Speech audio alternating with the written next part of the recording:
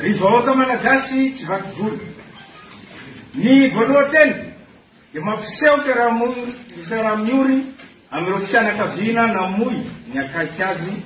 Makundi kadhaa ya wanajeshi huko nchini Madagascar yamekaidi amri na kuungana na maelfu ya waandamanaji wanaopinga serikali waliokusanyika katika mji mkuu wa Antananarivo, huku maandamano dhidi ya utawala wa Rais Andry Rajoelina yakizidi kushika kasi. Waandamanaji wanaoongozwa na vijana waliingia katika uwanja wa Mei 13 mjini humo siku ya Jumamosi kwa mara ya kwanza katika moja ya mikusanyiko mikubwa zaidi tangu harakati za maandamano zilizopewa jina la maandamano ya kizazi cha Gen Z huko nchini Kenya na Nepal zilipoibuka katika kisiwa hicho cha bahari ya Hindi tarehe 25 Septemba. Subiri maagizo yetu, walisema wanajeshi hao. Msitii amri za wakubwa wenu. Elekezeni silaha zenu kwa wale wanaowaamuru kufyatua risasi kwa wenzenu, kwa sababu hawatajali familia zetu pindi tukifa. Video iliyotangaza vita kuwatawanya waandamanaji. Video za ukatili wa polisi zilienea kwa kasi kwenye mitandao ya kijamii, ikiwemo moja ikimuonesha mwanaume aliyepoteza fahamu chini baada ya kukimbizwa na kupigwa vibaya na vikosi vya usalama, tukio ambalo lilishuhudiwa na waandishi wa habari wa shirika la habari la AFP. Umoja wa Mataifa siku ya Ijumaa ulizitaka mamlaka nchini Madagascar kuacha kutumia nguvu zisizo na lazima na kuheshimu haki za kuungana na kukusanyika kwa amani. Umoja huo ulisema kwamba angalau watu 22 wameuawa huku wengine 100 wakijeruhiwa katika maandamano hayo. Lakini hata hivyo, Rajoelina amepinga takwimu hizo, akisema Jumatano kwamba kulikuwa na vifo 12 vilivyodhibitishwa na wote hao walikuwa wavamizi na waharibifu. Hapo awali, Rajoelina alichukua msimamo wa upatanisho na kuvunja serikali yote kama majibu kwa maandamano hayo ya vijana. Lakini tangu wakati huo, ameimarisha msimamo wake, akimteua afisa wa kijeshi kwa waziri mkuu siku ya Jumatatu na kuteua wajumbe wa kwanza wa baraza jipya la mawaziri kutoka jeshini, idara ya usalama wa umma pamoja na polisi. Miongoni mwa nchi masikini zaidi duniani, Madagascar imekumbwa mara kwa mara na mapinduzi ya wanajeshi tangu kupata uhuru kutoka Ufaransa mnamo mwaka 1960, ikiwemo maandamano makubwa ya mwaka 2009 yaliyomng'oa madarakani Rais Marc Ravalomanana wakati jeshi lilipomweka Rajoelina kwa muhula wake wa kwanza.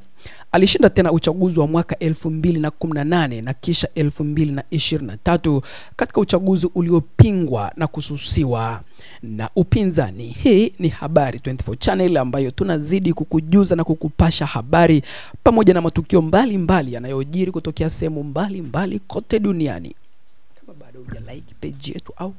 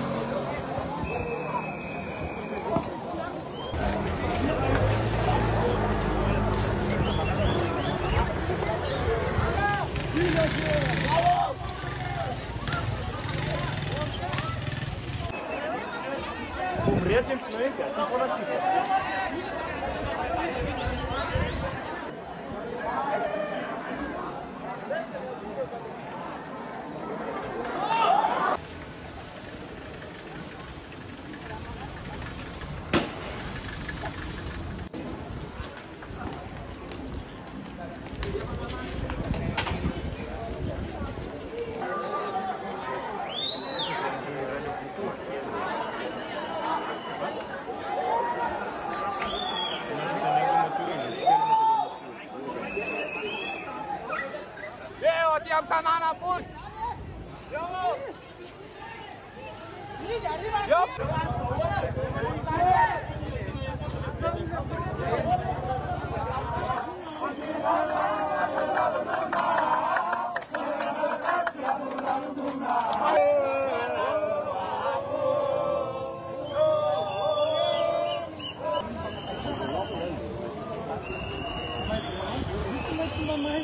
Pak,